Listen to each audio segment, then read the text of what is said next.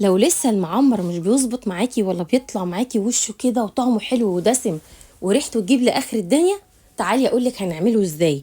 لازم تتفرجي على الفيديو ده وتعرفي خطواتنا ايه وتركاتنا السهله ايه. خطير، هيطلع معاكي مفلفل وطعمه لذيذ جدا وكله متشرب من بعضه.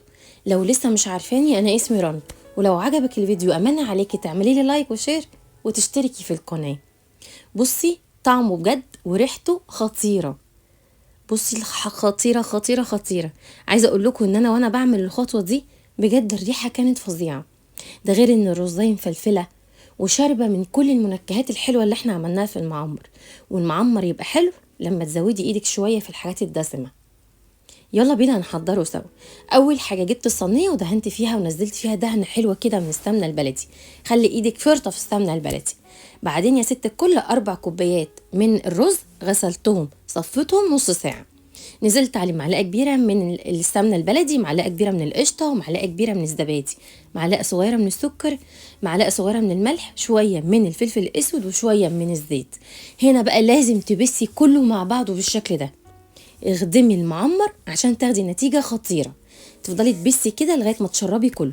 بعدين هننزل الرز في الصينية بتاعتنا، ولازم تبقي مدية الرز مساحته في الصينية عشان يستوي معاكي.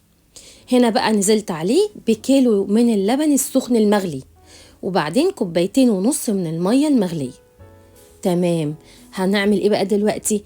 في نفس البولة بتاعتنا هحط شوية قشطة على شوية الزبادي الباقيين وشوية من السمنة البلدي وربيهم كويس كده.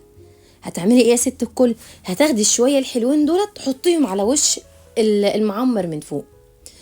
الفرن لازم يكون سخن من قبلها. بصي مشيه بقى كده.